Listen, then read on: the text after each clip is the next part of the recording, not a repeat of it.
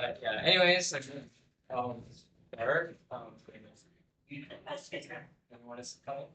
Okay, so basically today my main focus is on techniques of doing evaluating improper integrals. But you guys are in grade 10. Have any of you guys done calculus? I know Oliver has. Caleb, did you? You're taking Kumon, right? I stopped. Oh, you stopped? But do you know like some of the basics of like, limits and that kind of stuff? How about you? A little bit, right? But integration? Yeah, integrals, right? Okay, but I guess I'll just go over it, like brief definition. Okay, so basically the integration is actually no, I won't start. I'll talk about limits first. So I know there's many ways of describing what a limit is, but the most general definition of a limit is like um you have a function f of x, and basically it's like as x approaches to this number, like as x approaches to a number a, what does the function approach to, right? So for example, I don't know, like let's say this is a graph, and then we have the graph y equals to x, and then let's put it. So we have the graph y equals to x, right? So it's like that. It's symmetrical. So here y equals to x. And let's say we want to find the limit as x approaches to, let's say, 5. So here is x equals to 5. What is the limit as x approaches 5 of y equals to x? So like as x, you're stressing, right? You're forcing x to, like, as you get really, really close to x equals to 5, what value does your function approach? Right? 5. 5, right? Because, you can just, so like as f of x is like this guy right here, right? And it's like y, actually say f of x is equal to x. So it's like that. So as x approaches really closely to 5, then f of x, approaches to 5. As you get closer and closer to 5. But then again, in order for a limit to exist, right, it must be the same from both sides, right? So if it's not the same from both sides, then the limit does not exist. So that's just something you need to like keep in mind, right?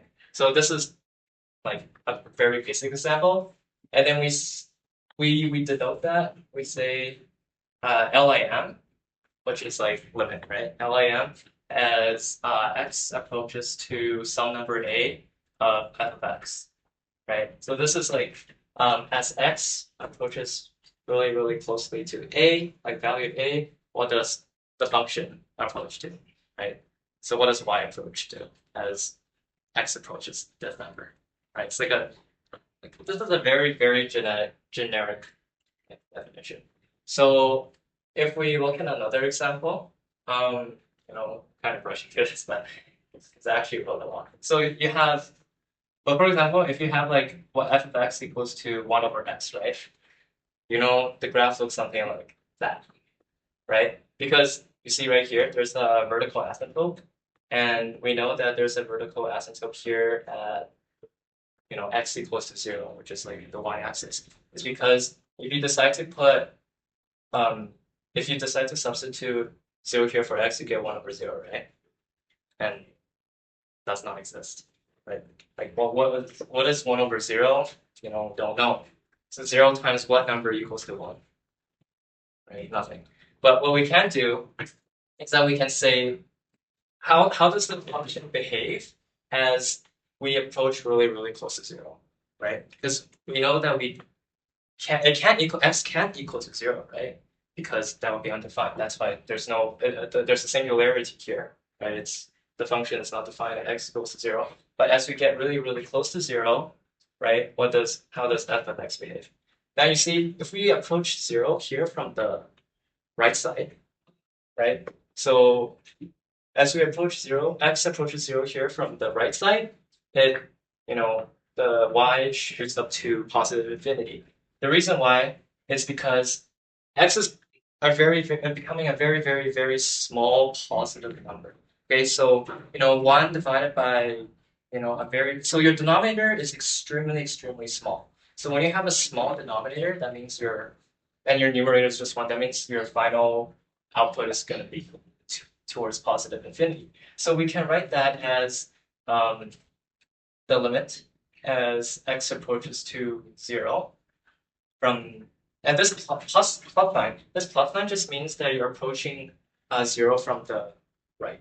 Yeah. So of 1 over x is equal to infinity. And in this case, infinity is just a really big number. Actually, it's, I say is it a number? No, it's not a number. It's just a concept. This means that it's really large, right? But in reality, you're not really getting anywhere concrete. You're not getting anywhere solid with infinity. Infinity just keeps on moving this direction, really big. It's not stop. So, but it just approaches like really big number. Okay. So therefore, in this case, if you get something like infinity, then infinity is not a number. It's not solid, not concrete. So we say the limit does not exist. The end. Right. So approaches infinity, the limit does not exist. Right. And then here in this case, we see that x is approaching 0 from the left side. So x is a really small negative number. So in the end, what we get is the limit as x approaches to 0. And then instead of a plus sign, we add a minus sign. And this minus sign is like a superscript. It just means that, yeah, these are superscripts. And it just means that we're approaching 0 from the left side, right, of your function 1 over x, and you get negative, right, because it's 1 divided by a very small negative number, so you get negative infinity, right? So in this case, the limit does not exist as well, right? So this equals infinity, this equals to negative infinity, the limit does not exist. And also, in order for, as I said earlier, in order for the limit to exist, it must be the same, like the limit must be the same from both sides. So if these two were not infinities, like if these two were finite numbers and they are the same finite numbers, then the limit exists. So I'm just gonna give an example where that's the case. Like you saw for the first example, y equals to x, right? But yeah, because it's continuous everywhere for the function y equals to x. But what if we have something like this? So let's say we want to find out how the function behaves as we stress x, or if we make x really close to -1 of the function x squared minus 1 over x plus 1. Okay, so how does the function behave this way? Okay, we see that obviously the denominator, right, x plus 1, x cannot equal to -1, because if x equals to -1, then you get, well, yeah, you get something over 0.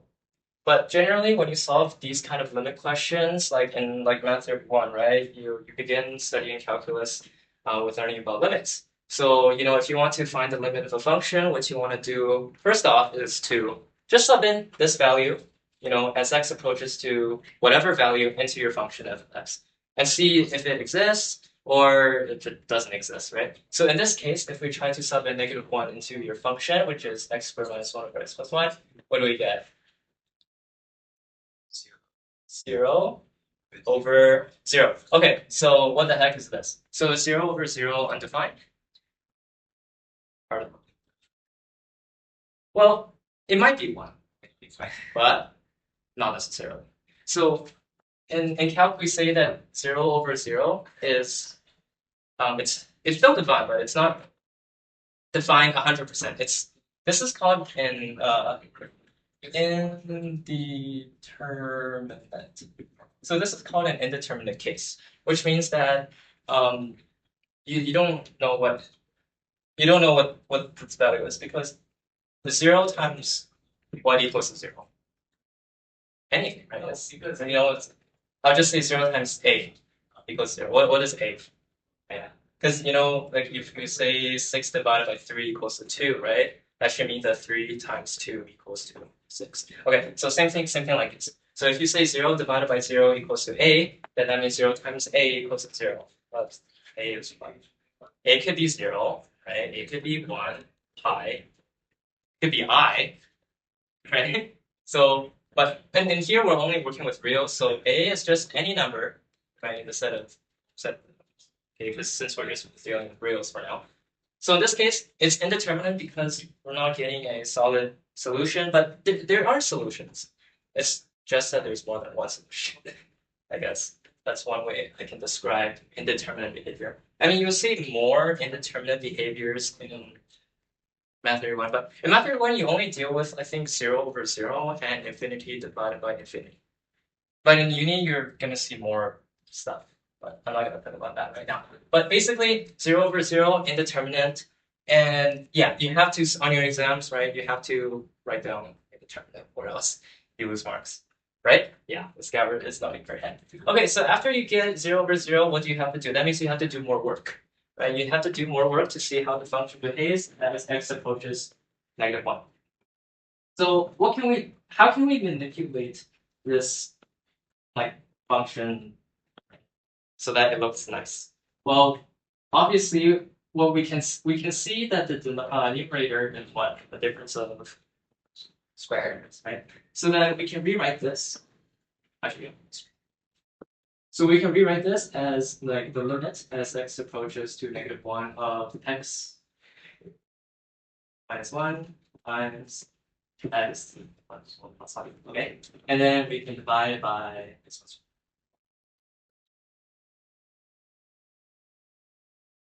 And then we see here that, x plus 1 is cancel out, right? Because there's x plus 1 numerator and denominator, you can cancel them out, right? So then you get the limit as x approaches to -1 of just x minus 1. So now what you can do is that you can sub in -1 into x and you get -1 minus 1, which equals to -2, right? So the limit equals to -2. Now, graphically, let us see if it's true. So when you do graph, if you do try to graph the x squared, right? So if you do try to graph it, you get something like this, right? And then it's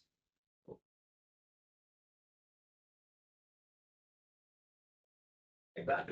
So this is I guess f of x is equal to x squared minus 1 over x plus 1. And we see right here that there's a hole or an empty space.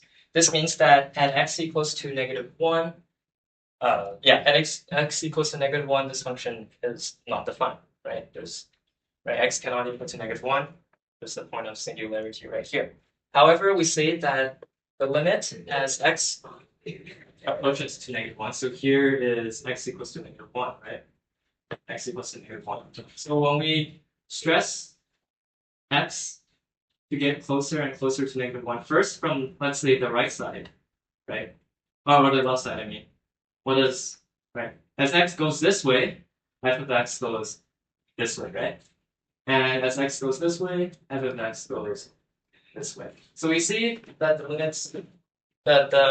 limit exists from, is the same as x approaches -1 from the right side and as x approaches -1 from the left side. So therefore the limit exists. Even though the function is not defined at x equals to -1, however, the limit exists because this point is y equals to, what's it, -2, right? So yeah, this is just saying that, well, as x approaches -1, y approaches to negative. Really basic. But these are just basic samples of limits. It's like x approaches a value, what does its corresponding y value approach? So that's that. But the reason why limit is helpful is because, well, the reason why you learn limits first when you do calculus is because the two main branches of calculus is differentiation and integration. I'm going to talk about integration today. Differentiation is basically talking about slopes, right? Tangent lines and stuff like that. Have you guys done? Have you guys worked with like tangent lines in physics? Yeah. So let's say you have like a curve, and then you want to find the tangent at this point, right? And then the teacher will just say, "Oh, just have like a ruler there, and then approximate the tangent, and then do that." Have you guys done that? No, it's probably physics 20. Oh yeah. Essentially, like let's say you want to find the tangent line of a function at a particular spot. So let's say you want to find the tangent line, I don't know. Where do you want? Okay, so this spot, right here. Right. So generally, is there a meter stick right here? Oh, there is. So this is good stuff. And there's one right here. It's also been tucked in the corner. Oh, right. So essentially, when you have a tangent line to a graph, right, it looks something like that. But this is just like, guesstimating, right? But in reality, how do you find the tangent of a graph using calculus or limits? Is that what you want to do is that, let's say you want to find the tangent of the graph at x equals to a. So this is like, so x equals to a, right? So then you want to find the tangent at this spot, x equals to a. So what can you do? Well, first what you want to do is that you want to draw, you want to pick another point on the function f of x.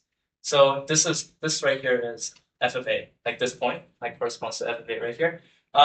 So you want to choose, f of x, another point of f of x, arbitrary point of f of x that is not f of a. So let's say right here. Right, doesn't matter. It could be here, here, here, here, anywhere that is not here. Because in order for you to, draw a line, right, you kind of need 2 points to draw a line. Like if you just have one line, what is the line called? So you need 2 points for you to connect the lines, right? So if you say f of x is right here, right? So in order for you to find the tangent line, well, first of all, you need to have, this point and then a random point of f of x. So you connect them like that, right? So basically, you want to finding the instantaneous derivative, like slope, which is derivative just means like slope, right? So you want to find the slope tangent to tangent to f of a. So what you want to do is that you want to connect these two lines. So this line right here, when you connect a line, is called the secant line, right? So basically, when you use limits, right, you're basically sending the limit as f of x approaches to f of x. We see, like f of x, let's say you say it's right here. But when you say the limit as f of x approaches f of a, you get something like this. So right here, you see that f of x is getting, so your point is right here, f of x is right here. Right, now it's right here, right? But f of a is still right here, right? So then you get really, really, really close to f of a. And in the end, right, f of x is right here, and it's moving up, and then f of x is getting really, really close to f of a to the limit when it basically becomes f of a. So they're basically pretty much at the same spot.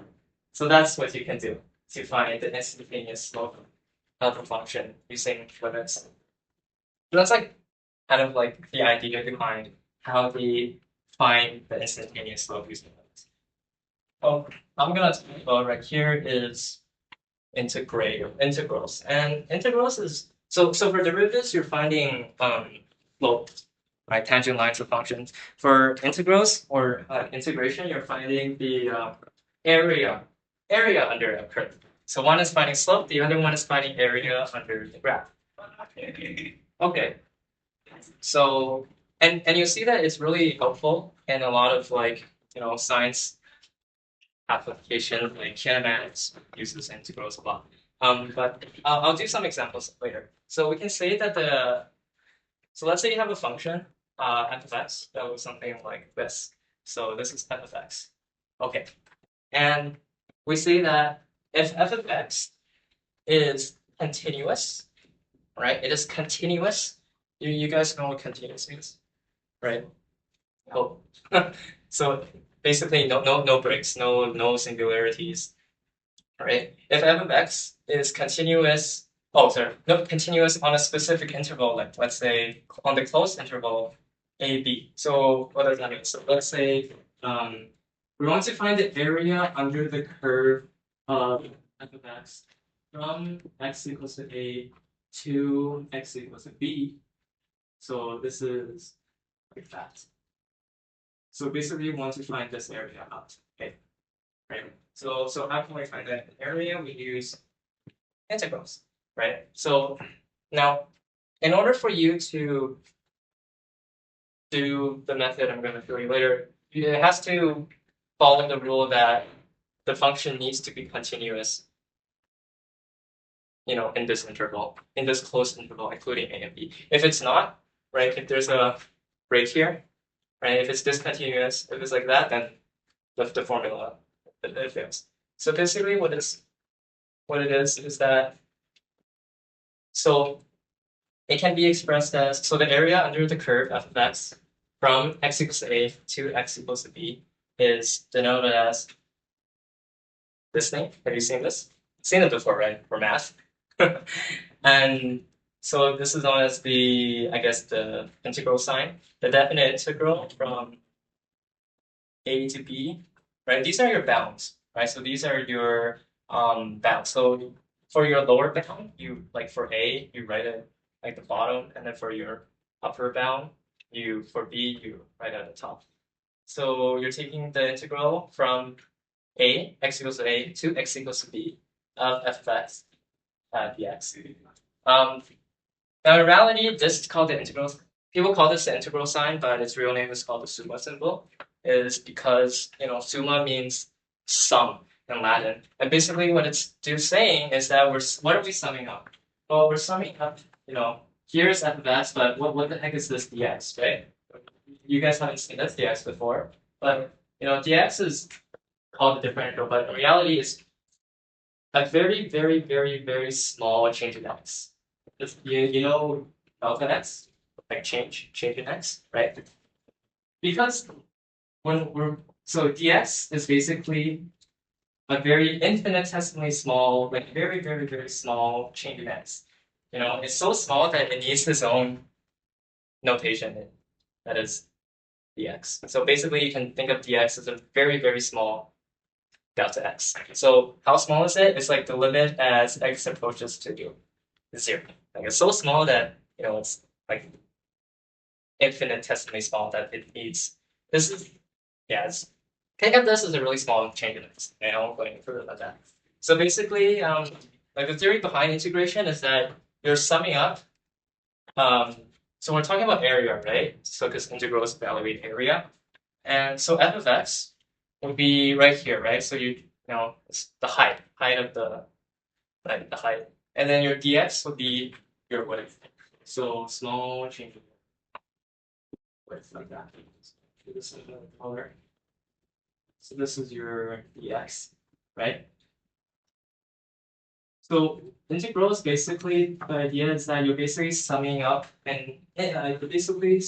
infinitely many thin rectangles, and then as the number of rectangles get thinner, get more and more, and as they get thinner and thinner, the better the approximation, such that when you get to infinity or infinite many of these rectangles, it pretty much just looks like a graph, right? It's like how back then when they tried to find the area of a circle, right? They used the method of I think it was exhaustion, right? So first they had like a square, right, and then they had like a pentagon, and then they basically increased the number of sides each time, so that when the sides increased more and more, it basically matched up with the area of the circle. So that's like the intuition behind integration. But yeah, the theory you do learn like this theory in uni, but not in high school. Like in high school, you just they give you this beautiful formula, and it's really powerful because you don't have to do all that work you have to do in university by actually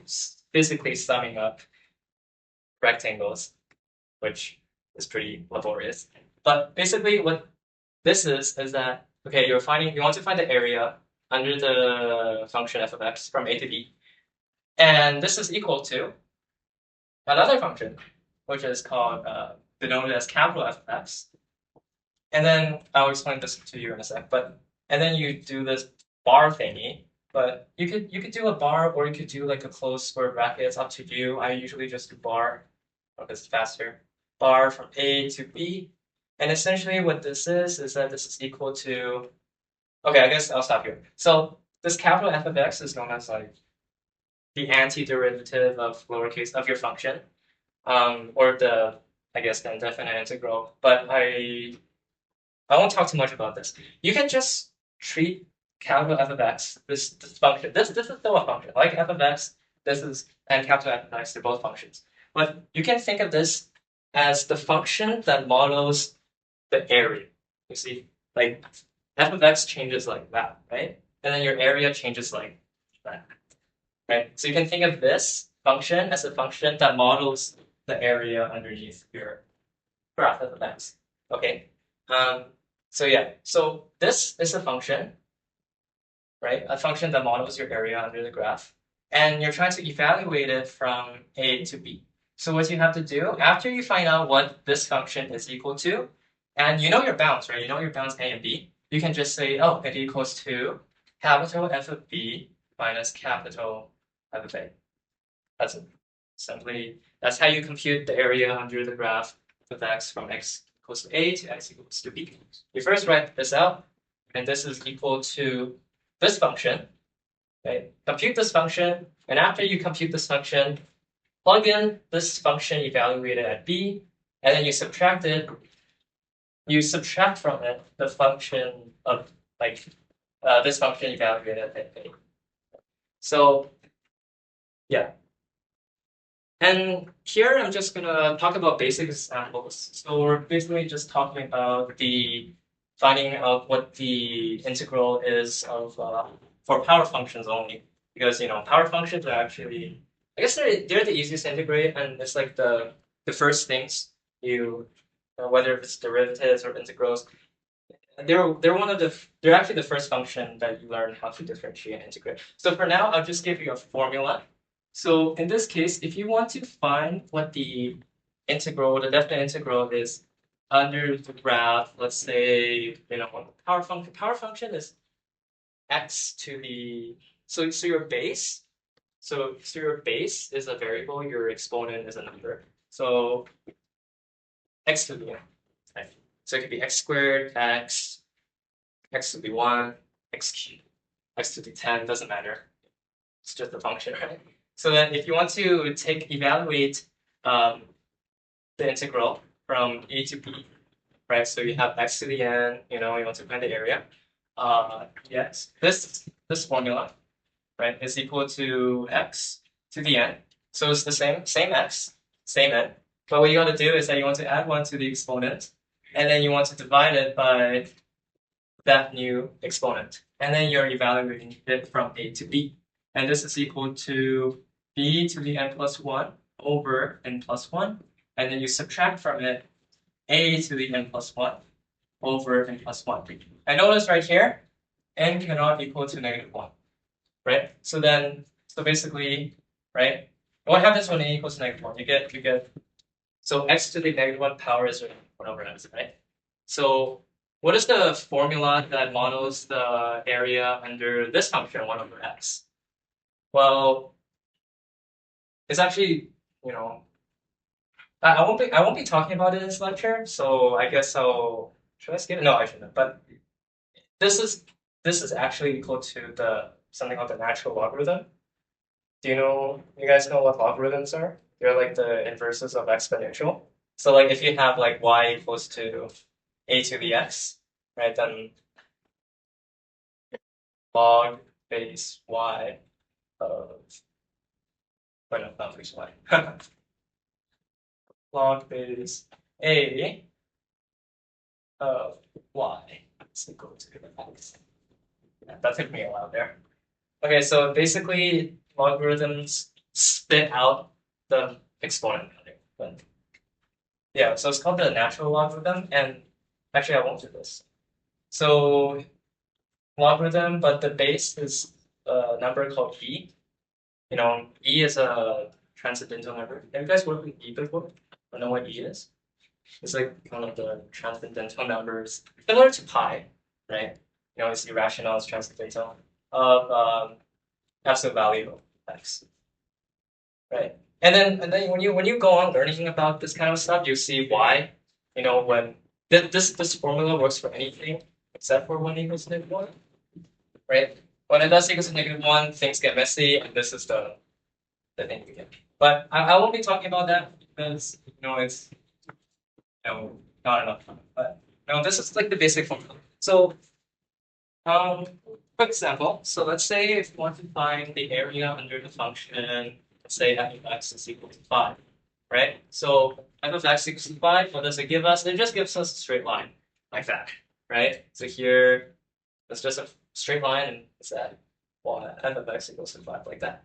And suppose let us find the area under this graph from x equals to 2 to x equals to 4. Right? That's not what the areas. Huh? Yeah. It equals to 10. Because why? Because what is this? This is just a rectangle, right? And we know what the area of a rectangle is. It's just length times width. So in this case, here, this is 4 minus 2, just 2. And in this case, the length, I should say, is 5. So 5 times 2 is equal to 10, right? But, let us, use integrals and see if we get the same. Okay, so we say this is the integral from, what's my lower bound? 2. Okay, what's my upper bound?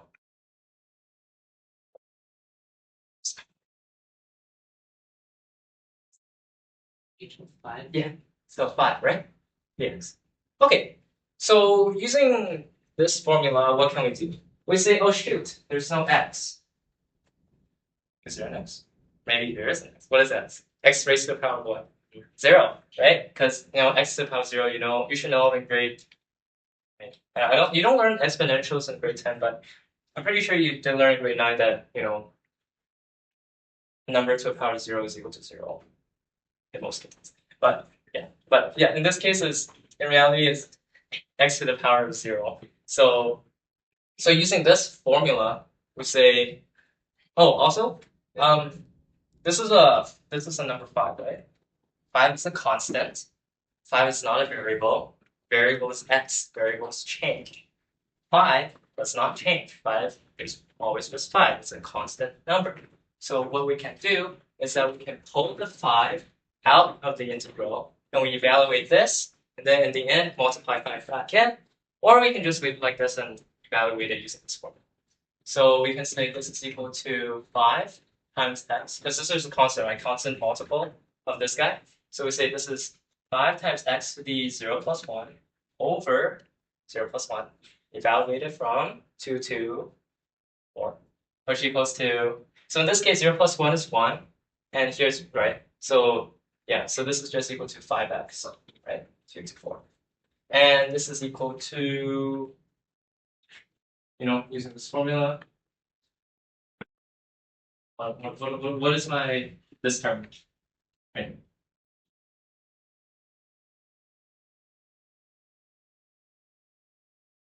So after you calculate your antiderivative, so this is the function that models the area under the curve y equals 5. So after you get this, and you know your bounds, you know your limits of integration. These are known as your bounds, right? Limits of integration, so lower bound and upper bound. So after I find this guy, I put the bar here, 2 to 4, right? A to B. What do I do? How do I do? So here you see that after I find my function, I sub in b into your function, so I get b to the power of n plus 1 over n plus 1. And then we subtract from it a to the n plus 1 over n plus 1. So in this case, we have 2 to 4, right? And capital F of x is equal to 5x, right? So what do you do? Yeah. Substitute in the upper bound and subtract by the lower bound, right? Yeah. So what is the upper bound? 4. Oh yeah, 4, right? But then you substitute it into your function. Yeah. Right? So what do you get?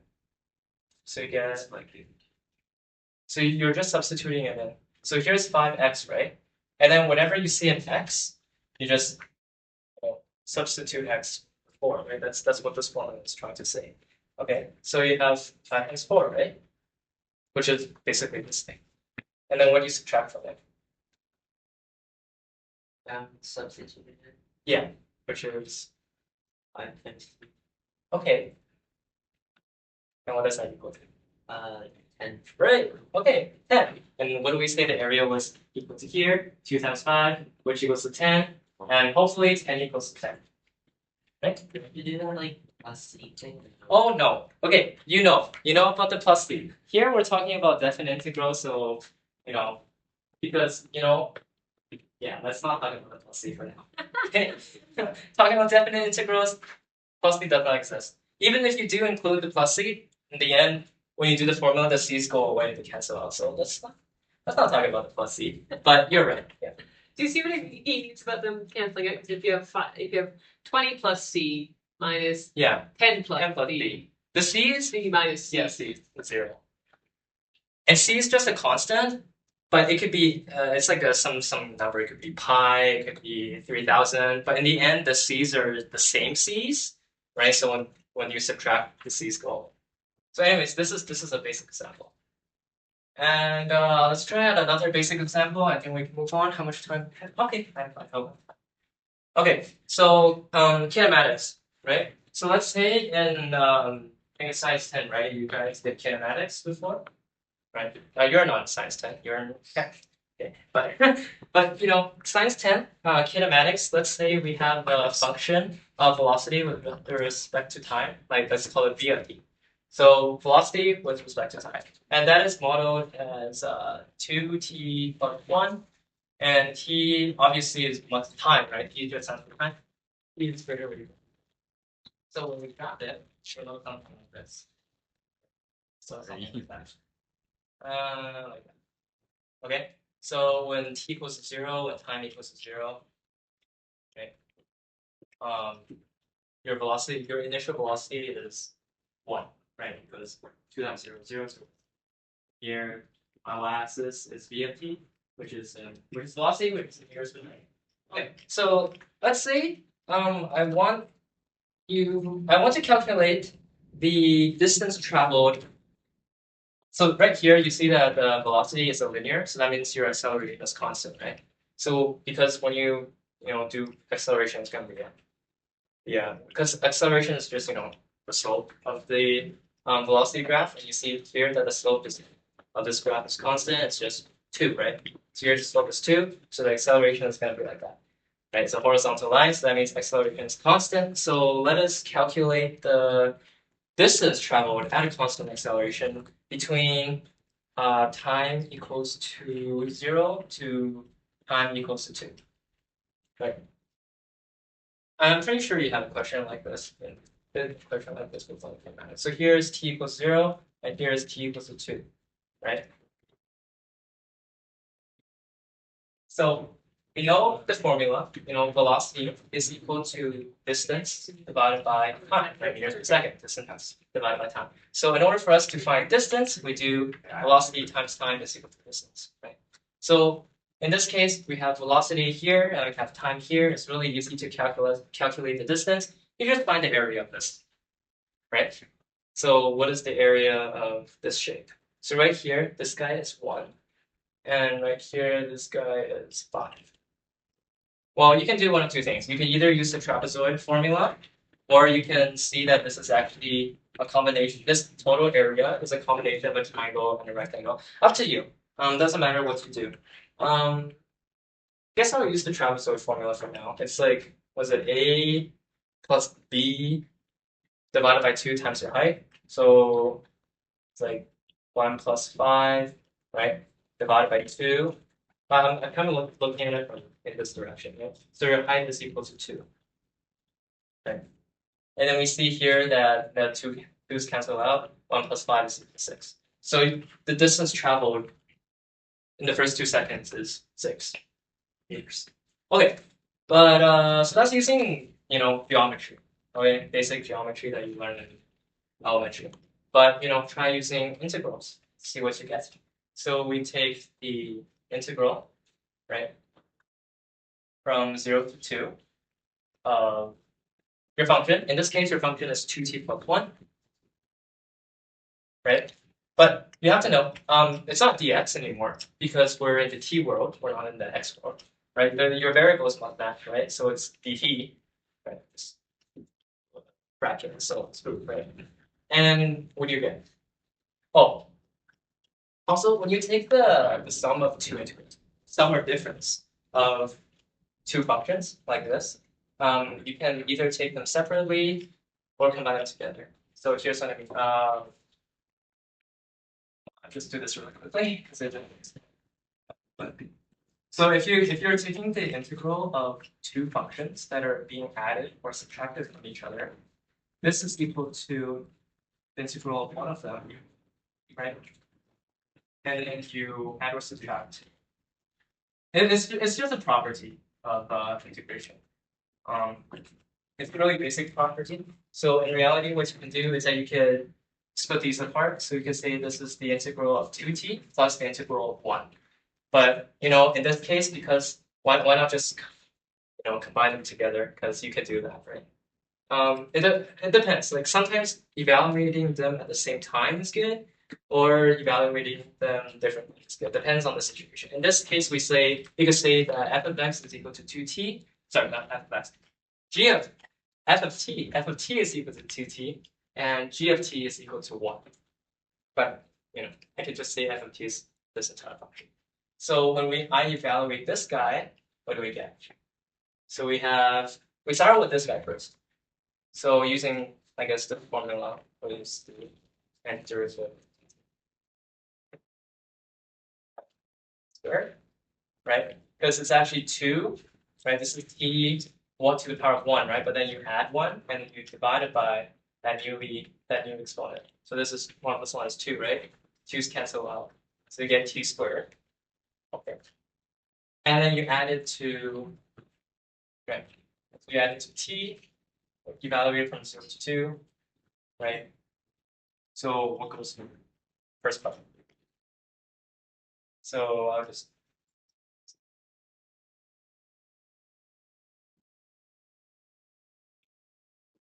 okay. So what goes here in the first part? So you're evaluating this function at t equals to 2. Right? And then from that we subtract from it. It's say the That's 0 squared equals 0. But in the end, this is just 0, right? So what do we get here? 6. And we see right here, it is equal to 6. That's we calculated using geometry. That's good. Okay. But these are cases when your function is nice. When the sides are straight. Right? If the sides hit and then it's still straight. But what happens when it's curved? And then what do you do? Okay. So I'll give you an example. So let's say you want to find that. So let's say we have the graph here. And this graph, right? It's like a parabola. It is a parabola. F of x is equal to 3x squared plus 4. So here it's 4. And I want to ask you to find the area under this graph from x equals to 1 to x equals to 3. So this area right. Now there's no formula for this specific shape because you see, there's this curve here, right? So using geometry and like what you learned back in junior high school doesn't work. So you could use something integrals. Why not? Okay, so try it out and see what you get. Oh, but okay, yes, I'll just Wait, we can give them. Work it out with me. Okay, so we have the integral from what goes down here.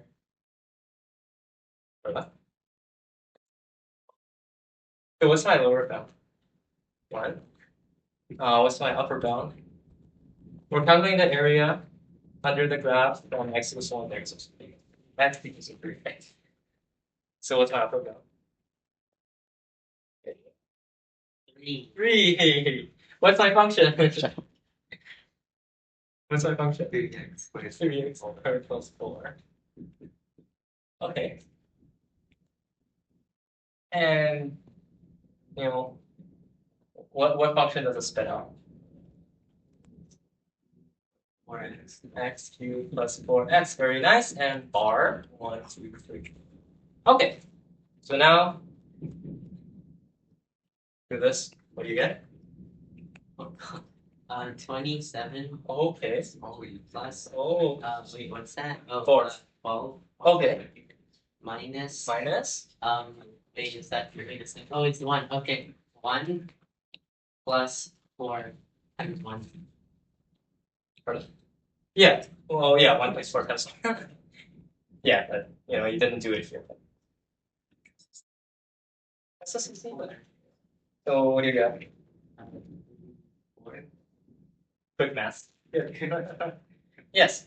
So in reality, this area here is equal to 30. Okay. Right. So the area here is equal to 34 units squared. Cool. So these are just basic functions or integrals we have to evaluate. In Math 31, when you get there, this might seem a long ways off to you, but in reality, it's actually a pretty quick pace. So you're gonna it's inevitable to look at these kind of things, but it's pretty fun, right? Do you find this interesting a little bit? Right. Okay, but the functions you do here are all continuous and it's not too bad. Obviously, you're gonna learn formulas for trigonometric functions and exponential functions, but in here we're just gonna talk about power functions. Okay, so these are all definite integrals where the function is continuous. It's nice functions. They're continuous on the closed interval a b, and your limits of integration, so your a and b, they're finite numbers. So this guy is continuous, and a and b are finite numbers. Okay, so do you want to do something more complex, right? So then again, not everything in life is that well rounded, and well, I shouldn't say this, but in reality, things can get a little bit more complicated. And so here's what I mean. What happens if this guy is not continuous? Or what happens if one of these bounds is not a finite number? What if one of these bounds is infinity or negative infinity, right? So those kind of integrals, you'll see actually if you do Kumon, level O. I didn't take Kumon, but I know they do it at level O. And you also learn that kind of stuff in university, but they're actually not too bad. So consider there are two types of improper integrals. So you see, the things we've done right here, they're definite integrals, right? They're good integrals, right? They're nice integrals.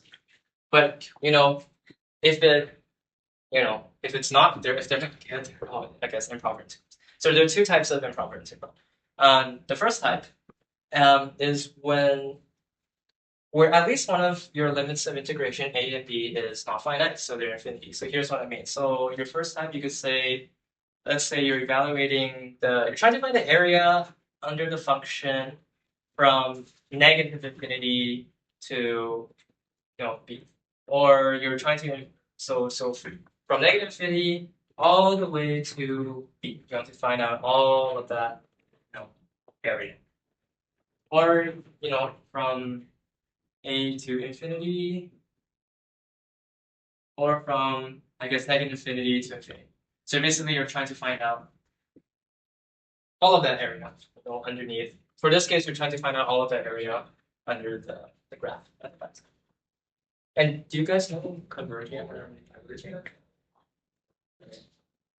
Okay. But essentially, it means that, here's an example. You guys know the sequences and series, right? Just finished it. Right. So in sequences and series, actually, if you go on Humans of Scona, you should check it out. It's all that page. Mr. Karras had a really neat quote on Humans of about making a series. So we know that, okay, I'm not sure if you guys are all familiar with the sigma notation, but I'll just say if you're adding a geometric series, let's say it's like this. So we'll say 1/2 plus 1/4 plus 1/8, so 16, right? All the way to 1 over whatever. So you see that, what's your R value here? 1/2, right? Because each of these terms is just half of the previous term. So basically what I'm trying to say here for the area, same thing with, I know, a geometric series.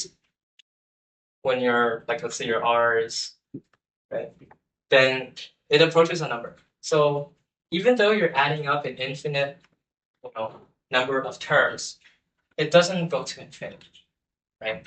So right here, we start with 1/2, we add a quarter, add an eighth, add 1/6.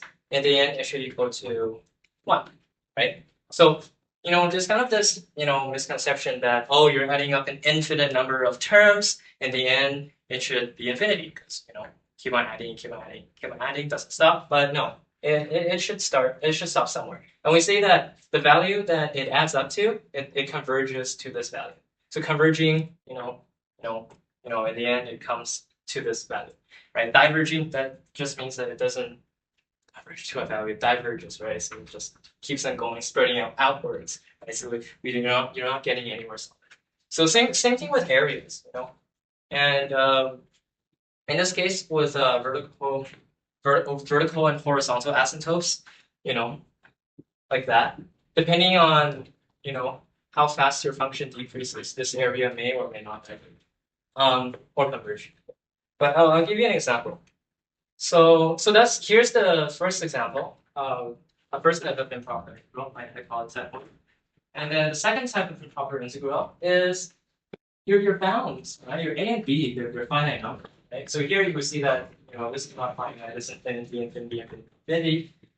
Here, second type of improper integral is that a and b are finite numbers. However, your function is discontinuous within this closed interval AB, right? Right, so your function is discontinuous. And here, I'll give you an example. So let's say we want to find out what the area is of the graph of 1 over x to the 4 from -2 to 2. Okay? So basically, if we draw this guy out, we get something like that.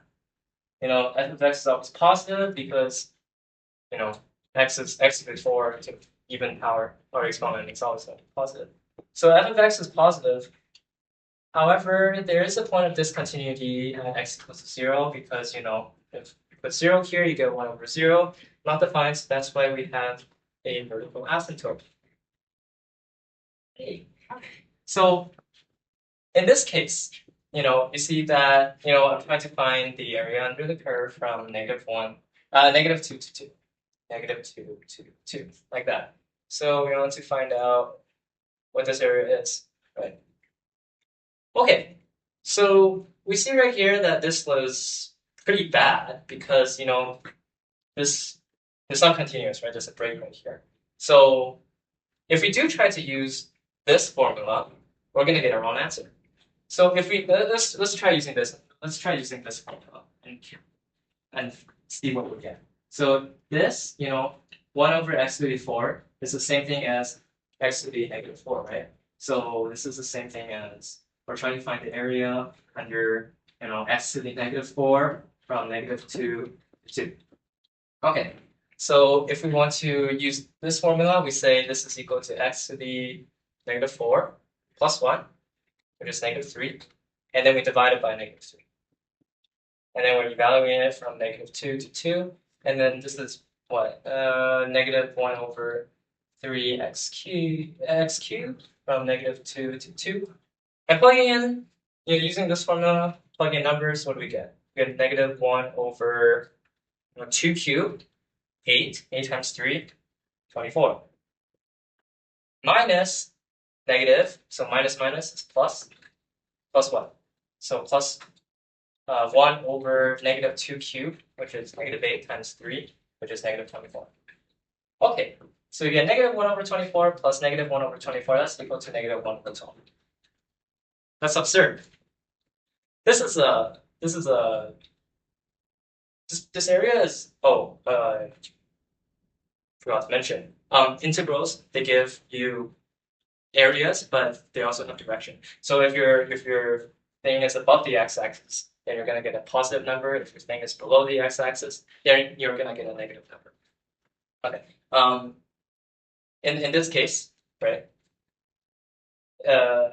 this area right here in this interval is above the x-axis. Therefore, it could be a positive number, right? So why the heck am I getting a negative value? So obviously, this method is very, very wrong. We have to do more work. So what can we do? Well, that's where limits come in. And basically, what we have to do right here is that we have to, you see how this is like, there's an asymptote right here, right? Which kind of cuts this part in half. So what you have to do is that you have to split this into two parts. You first have to evaluate the integral of this part, and then you evaluate the integral of this part. So you find the area of this part, and then you find the area of this part. In the end, you add them together. Okay. So what do I mean by that? Okay, so using this formula, so this formula is also known as the fundamental theorem of calculus part 2, or part 1, depending on what your textbook says. This is just the basic formula of evaluating definite integrals. So in this case, as I said, we have to split this area up in half. So what do we have to do? So let's erase this. What we have to do is that we have to split this integral into two parts. Right, so our first part could be the integral from -2 to 0 of 1 over x to the 4th dx, right? So that's this area. And then we add this to the integral from 0 to 2, 1 over x to the 4th dx. So this is what you're supposed to do, right? However, x cannot equal to 0, right? Because in the end, when you evaluate the antiderivative of 1 over x to the 4, you get -1 over 3x cubed. So you see, the amazing thing is that its antiderivative also for this function, x also cannot equal to 0, right? So it basically accounts for the fact that there's a singularity at x equals to 0, right? It's discontinuous, which I find, is pretty amazing, right? So this accounts the function that models the area, of the function, the models the area under the function accounts for the fact that, when x equals 0, it's bad. Okay, so in this case, x cannot equal 0, so this guy can't be 0. 0 is bad. So what can we do here? Well, we know x cannot equal to 0, but that doesn't stop us from making x getting really, really close to 0, because we're trying to find out how the function behaves, or how the area behaves, when from -2 to 0 and from 0 to 2, but it can't equal to 0 specifically, but as we get really, really, really, really close to 0, it's pretty much the same thing anyways, right? Even though it's not 100% 0, it's pretty much 0. Okay, so what we have to do is that we have to set a variable. Let's call it t. Okay, and we have to do is that we have to make t. We force t to be very, very, very, very close to 0. 0 from what side? So let's say we're evaluating this side. So I want t to get really, really, really close to 0 from the right or left side. Right or left side? Right or left side? Left. Left. Okay. Yeah, because I guess I didn't show that. So it's from this side, right? Because we're evaluating this side of the area. So you want to make t very, very, very close to 0 from the left side, right? So here's 0, and t is right here, but t is a negative number because it's approaching 0 from the left side, from the negative end. So we say 0 minus, and in this case, we have another variable. Let's call it w. Okay. And we say, w shall be w. And for this one, we say we want w to get really, really close to 0 from which side? Right? Right side. Right? So here we want w to be somewhere right here. W is really, really close to 0 from this side, and t is really, really close to 0 from the left side. Right? So w is a positive number. So it's a really, really small, tiny positive number. Okay, so we say plus. Okay, so this superscript minus just means that t is approaching 0 from the left side, and w is approaching 0 from the right side. Okay. So now what we can do is we have to unfortunately evaluate these integrals separately and then add them together, which takes up a lot of work, but I guess I'll just do it for you. Okay, so what you have to do is that after you calculate, you do the same thing as we did right here, but then we have to do you have to write this every single time. So you don't change like the steps, right? The steps need to be in order. -2 t which equals to the limit as t approaches 0 from the left of what do we get right here? So upper bound is t. So we replace x with t. So you have -1 over 3t cubed minus minus, which is plus 1 over -24. Okay. So here, let's talk about this guy right here. As t approaches 0 from the net. No, I did not. Yeah, so as t approaches 0 from the left side, that means t is a really, really small negative number. A really, really small negative number cubed is still going to be a very, very small negative number. Times 3, still going to be a very small negative number. 1 over, or I should say -1 divided by a very, very small negative number, it just approaches positive infinity, right? Because negative divided by negative is positive, and since your denominator is so small, your final answer is going to be really, really big, like infinity, right? And then you subtract 1 over 24. But this guy right here doesn't do anything to this guy. This guy is way bigger than this guy. So like no matter how large a finite number is, it's always going to be closer to 0 than it is to infinity. So this guy is nothing. So in the end, you just get infinity. Okay, so that's true because we see that right here, it's above the positive x-axis, so it's positive, right? So let's evaluate this guy right here. So this is as w approaches 0 from the right side, 1 over -3x cubed, and then we are evaluating it from w to 2. And then this is the same as the limit as w approaches 0 plus of, right? So the upper bound is actually 2 in this case. So we have -1 over 24 minus minus, which is plus 1 over 3w cubed, right? Just summing things in, subtract. So here, this is -1 over 24. Here, w is a very, very, very small positive number. Cube, still small. Times 3, still small. Right? 1 divided by a very, very, very small positive number. In the end, we get infinity. Right? And you see that, right? This is positive area, right? But it actually tends towards infinity. So in the end, you get infinity, positive infinity plus positive infinity. You get the area. In the end of this improper integral, or this improper integral, is equal to infinity. So why is that?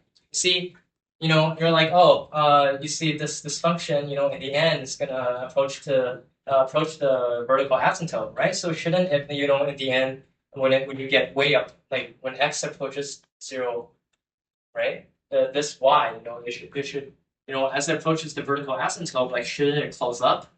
It's like, let's say this is the y-axis, and then your vertical asymptote is like really, really small, and like that, right? So you might be wondering, what the heck? Why can't it just like, why it should close off, right? So why in the end, why is the area still infinity? Well, the reason for that is because, the reason for that is even though it's approaching the vertical asymptote, it's not approaching it fast enough. The area growth is growing faster than the function approaching the vertical asymptote. Yeah, so let me just do another example because we're doing like vertical asymptote, so it's kind of hard to understand. But if we use the horizontal asymptote, I hope it's a little bit better, right?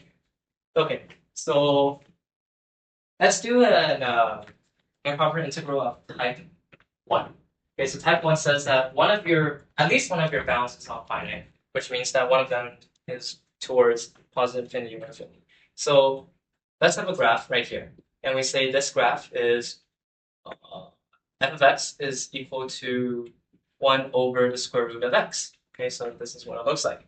And we want to find out what the area of this guy is from x equals to 1 all the way towards infinity. So x equals to 1, and we want to calculate all of this area right here. Right? So what is it? So we want to find out what, so it's the integral from 1 to positive infinity of 1 over the square root of x dx. Now, similar to type 2 improper integrals, infinity is not really a number, it's a concept. So you can't just say infinity. You have to say, because you have to say that it's getting to infinity, right? But in reality, we're not really there. But so what we have to do is that we have to, infinity is not a good number. No, we don't like infinity. Infinity is not concrete. So we say substitute infinity in with the variable t, and we say that as the limit as t approaches to infinity. This way, we're making it more like, okay, so t is actually, we're actually getting to infinity, because when you put infinity there, that just means that, okay, start off infinity. But that's not how it works. Okay, we need to have a variable t, and we're basically sending it to infinity like this. Instead of just saying, oh, it's at infinity. That's not how it works. Because infinity is actually way over there, and can't get there like at first. Okay, we have to send variable t to infinity first. Okay, so we have this guy right here. So 1 over the square root of x is the same thing as x to the negative, what's the exponent? Okay, right, because x to the 1 over 2 power is square root of x, right? Did you learn this? I hope so. I don't know, sorry. I don't remember the things you learned or didn't learn grade 10. But essentially, yeah. So I can rewrite this as the limit as t approaches to infinity. 1 to t, x to the negative 1 over 2 dx. Okay, so using this formula, we see that this is equal to the limit as t approaches to infinity, because you need to have this here, right? Because t will exist. If you just have t and you don't say what to do with the t, that's kind of bad. So you always need to write this out each time. So what do you have to do? So your function here is x to the negative 1 over 2. So that says that you have to add 1 to the exponent. So what is negative 1/2 plus 1? Yeah, so x to the 1/2, and then you have to, right, okay, yeah, exactly. So divided by 1/2 is 1. Okay. So in the end, what do you get? It's the 2 times the square root of x, right? And then we evaluate it from 1 to t. So this is equal to the limit as t approaches infinity, 2 square root of t minus 2 root 1. So here, t becomes really, really, really, really big. And the square root of a really, really big number, in the end, it's still going to be a really big number, right? So it's going to be infinity minus 2, which is still infinity. Right? So here, the area actually diverges. Even though, so as x approaches to infinity, so as x becomes really, really large, it's 1 divided by a very, very large number, your function, it's approaching to 0, right? But it's not approaching it fast enough. So what do I mean by that? So if we take a look at the function that models the area growth, right, of your, so this function models the area growth of your original function.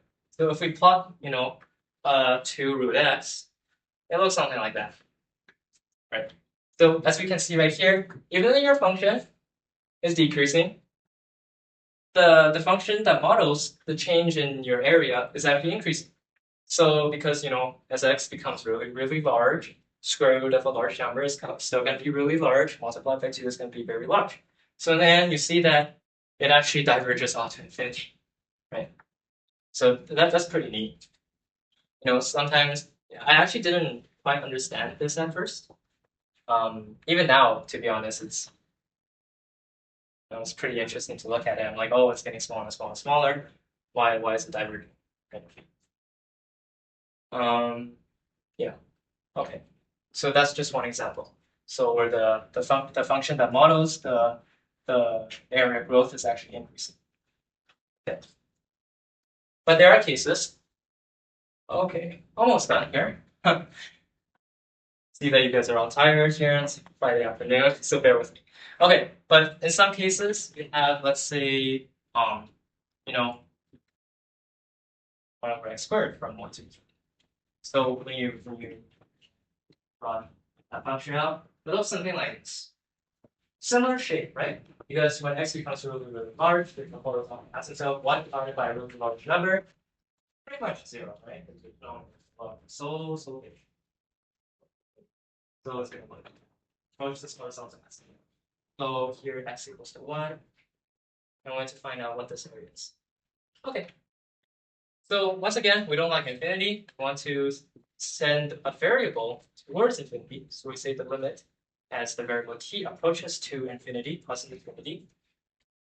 And this is equal to, so this is the same thing as x to the negative 1 over 2, right? So if we use this formula, we get x to the negative 1 divided by negative 1, which is just negative 1 over x. Okay, so we have the limit as t approaches to infinity, negative 1 over x. And we're evaluating from 1 to t. Okay, so this is the same thing as the limit as t approaches infinity, negative 1 over t minus minus plus 1 over 1. Okay, so negative 1 divided by a very, very, very large number is going to be a negative number that is very, very, very close to 0. So we can say that this guy is just equal to 0. Okay, so in the end, you're just left with 1. And we see that here, in reality, all of this area is just equal to 1 unit squared. Now, why is that? This is your function, f of x, 1 over x squared.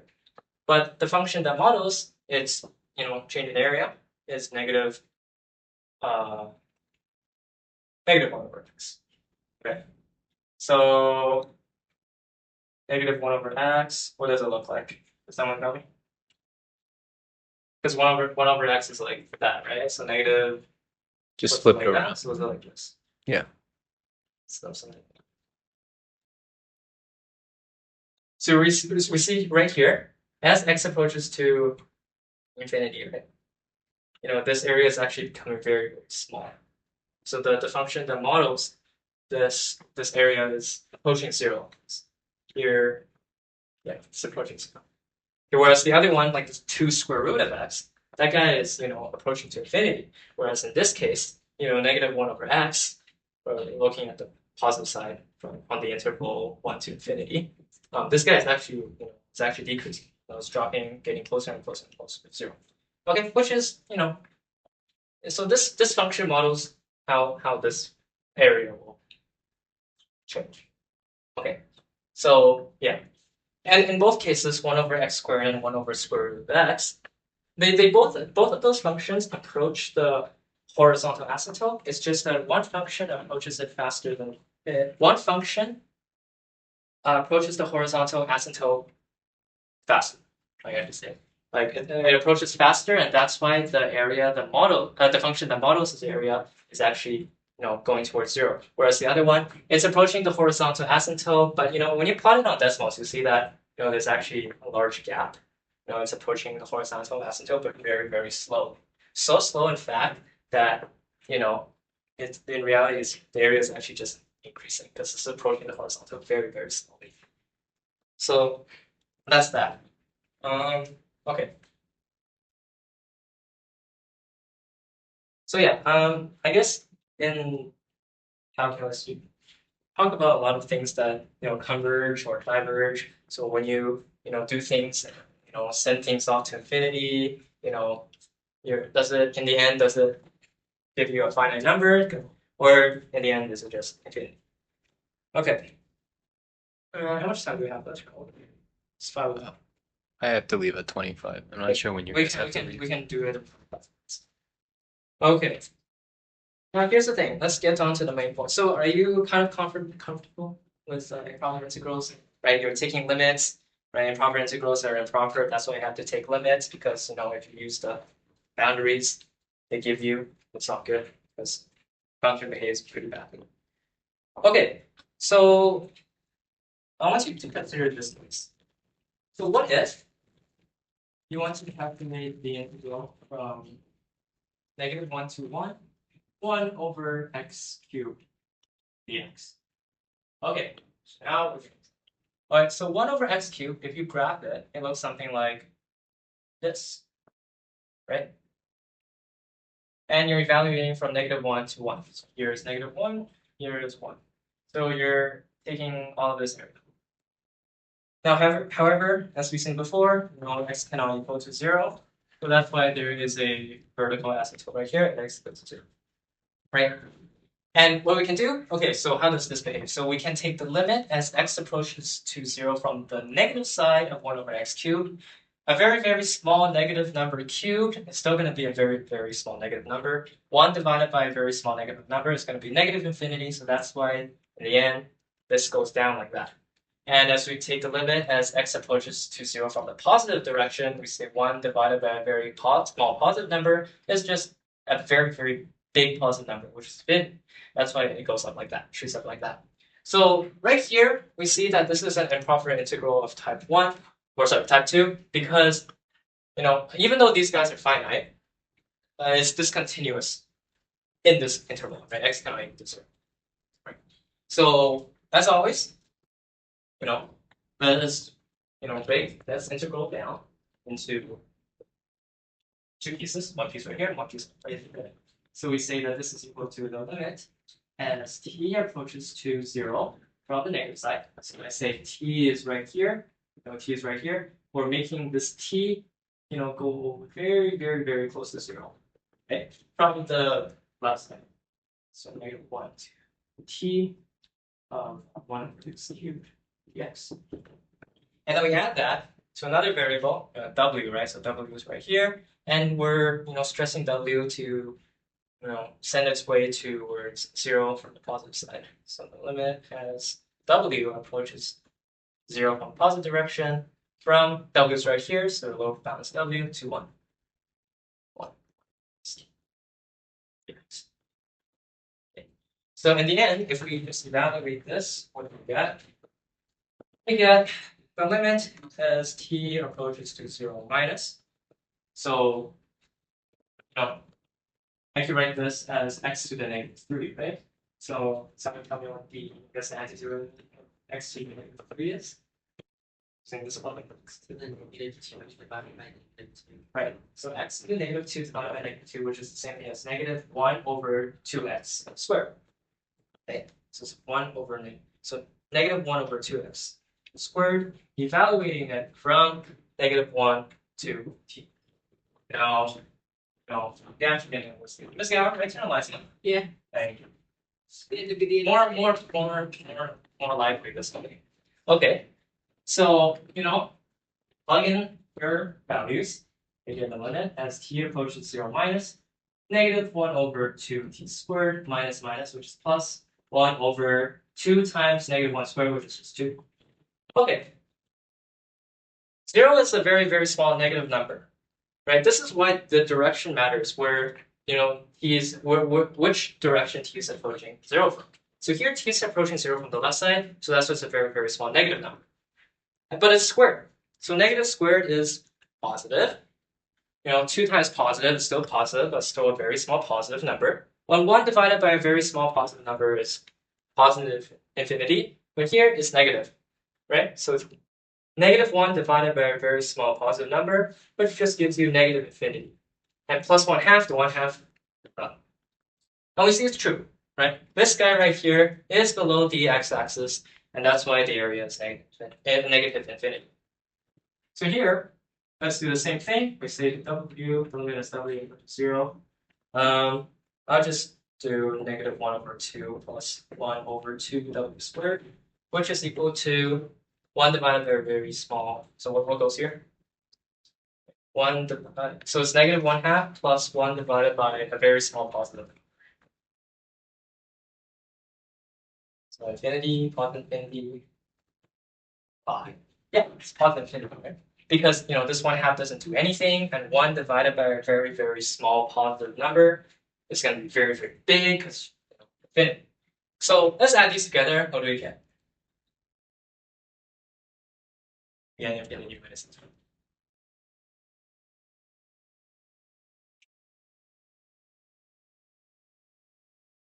Now here's the question: does infinity minus infinity equal to 0?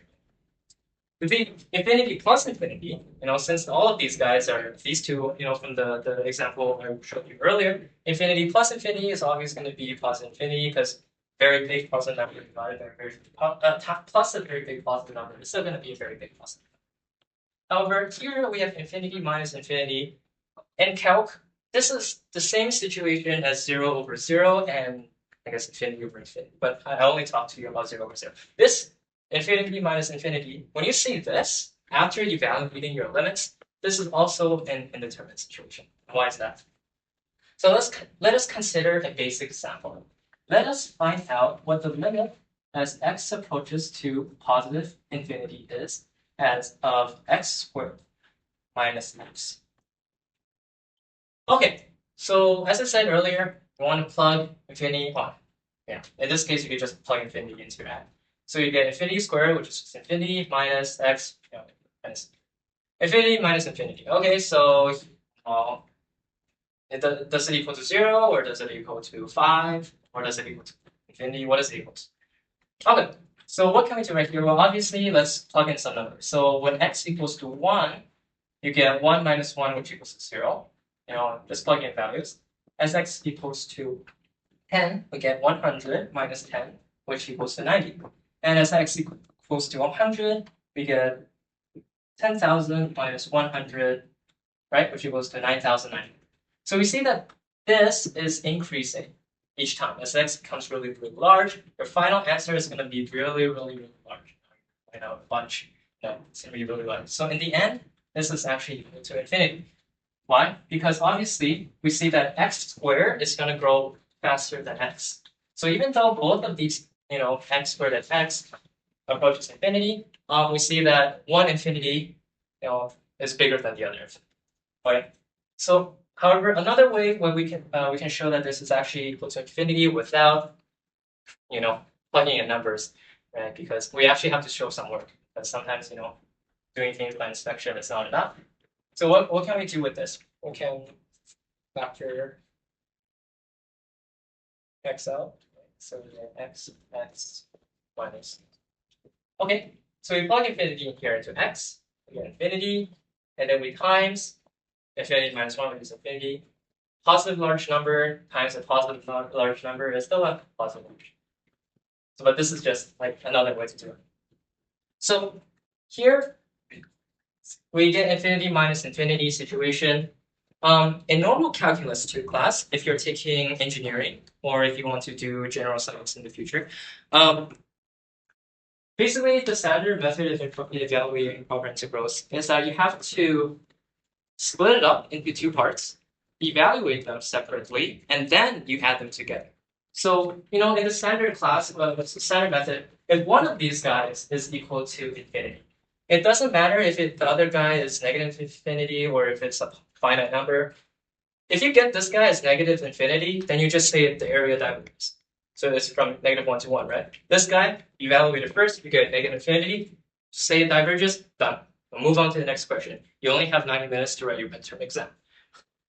But, obviously that's not good, right? Because we have to understand, well, there is obviously this, kind of like this odd symmetries right here that, this area should cancel this area, right? Because it's just the negatives of each other. What do? So in this case, infinity minus infinity diverges only in the normal calculus 2 class. But, if you're like Oliver, right, you took honors calculus, right, he might, do you remember? Oh yeah, you said you don't really remember learning about the PV. No. Oh, okay. But yeah, I'm sure you learned it. But if you're like someone, who's taking honors calc, I'm not. I'm doing engineering. Yeah, you can ask me questions about it, and I'll be happy to talk to you about it. Okay, so basically in like engineering math, where I have lots of friends in general science math, in calculus 2, when you learn about improper integrals, what you do first is that you split up the integral into two parts. You evaluate each of them separately, and then you add them, right? So in this case, we see that using the standard calculus technique, we get infinity minus infinity. But we don't like infinity. So what can we do to get rid of that awful infinity?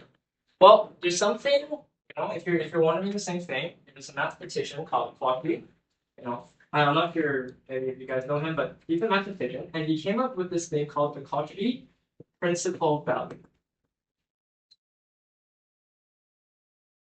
Okay, so here, sometimes it's known as the principal value PV.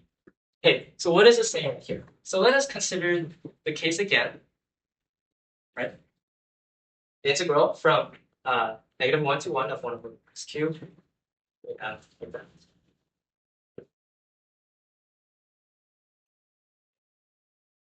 So what it's saying is that we want to take. So in mathematics, there's a thing called epsilon. And epsilon is basically a positive number. And we take epsilon and we make it infinitesimally small. So we make it really, really small. It's a positive number. So epsilon is a positive number, but it is really, really, really small. Okay, so we say the limit as epsilon approaches to 0 plus, right? Because 0 plus is the positive side of 0. Okay, so we take epsilon to be very, very small, positively small. Okay, so what we have to do right here is that we see here that this is equal to 0, here this is -1, here this is 1. So here we take epsilon and we make it really, really close to 0, which is the vertical asymptote. So we force epsilon to be very, very, very close to the vertical asymptote. So here's epsilon right here. So this guy right here is epsilon. And then we have another term. We call that negative epsilon, because negative of positive number is negative. So we have negative epsilon. We have this negative epsilon, send it towards the negative side of it. Right? So what we can do is, once again, let us split up this integral into two parts. So we have the integral from -1 to 0, 1 over x cubed dx. Now we plus the integral from 0 to 1, 1 over x cubed dx. Okay, so 0 is illegal. And we know that when we have t and w, we get an infinity minus infinity situation. Remember that t and w are independent from each other. But we want it so that these two terms, they're the same variables, they're dependent of each other. So instead of doing them separately, taking these integrals separately and then adding them together, why not?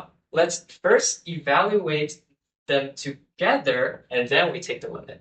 Right? So first what we did was that we took the limit of these two separately and then we added them together. But now we're taking them together and then taking them out. So here's what I mean. So what we want to do is that we want to say the limit as epsilon approaches 0 plus, right? Because epsilon is a very, very small positive number. So from -1 to negative epsilon. So negative epsilon is right here, which is really, really, really close to the vertical asymptote. And we have epsilon right here, epsilon to 1. So epsilon is a very, very small, has a small positive number. So it's like here. So basically what it's doing is that it's making negative epsilon and epsilon, we're making them really, really, really close to the vertical asymptote, x equals 0, right, the y-axis. So when these two lines approach this y-axis here, right, you pretty much get the area. Because it's really, really good approximation. Okay, so what we can do now to see epsilon is a really small positive number, right? And a negative, a very small positive number, is a very small negative number, which we can clearly see right here. So if we use PV, I should say this is PV, so principal value of this guy right here, this way. And these two integrals, this epsilon and this epsilon, they're all the same, this guy. So doing them together. Okay, so now what we can do is we can say the limit as epsilon approaches to 0 from the right side, so it's positive. And we have -1/2x squared from -1 to negative epsilon. Then we add that, and we add that to -1/2x squared from epsilon to 1. Okay, so when we evaluate this, we get the limit as epsilon approaches 0 plus. We get -1/2 epsilon squared plus 1/2. And then we add that to, plug in 1 here, we get -1/2 minus plus 1/2 epsilon squared. And we see right here, epsilon is, not 0, so that's why it's allowed in the denominator. It's just a really, really small number that's really close to 0. But what can we see right here? Cancels out, right? So the -1/2 cancels out with the +1/2. This guy cancels out with that guy. So in the end, we're just left with the limit as epsilon approaches 0 from the positive side of 0. And when you take a limit of a constant number, right, this is just equal to that constant number. So in the end, it equals to 0. So in the end, this method is a way where we can say, oh, okay. So even though each of these areas, they do diverge towards infinity because these guys aren't approaching the vertical asymptote fast enough, so you get negative infinity and positive infinity.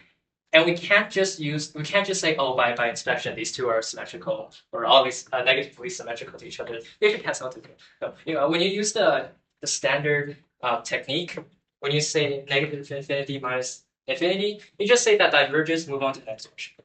Actually, you say that when you evaluate that one of them is infinity. But this method, is a kind of a cleaner way to say, okay, you can't just leave it off like that. If you want to do something, do it till the end. So that's how we got this right here, 0. So hopefully, you found this, lecture interesting. I did not bore anyone if you did that, or was it okay? Yeah. But in the end, it all comes down to practice because all of this, this limits and what the heck is area under a graph that is not straight. It's not good. But with more practice, you'll get used to it. And in uni, pretty sure you're all gonna have to do some these math courses because you guys are all really smart math people. I think actually a lot of you guys are better than me at math right now. Like this is just knowledge. So hopefully you guys found it interesting, and yeah, that's that. Bye.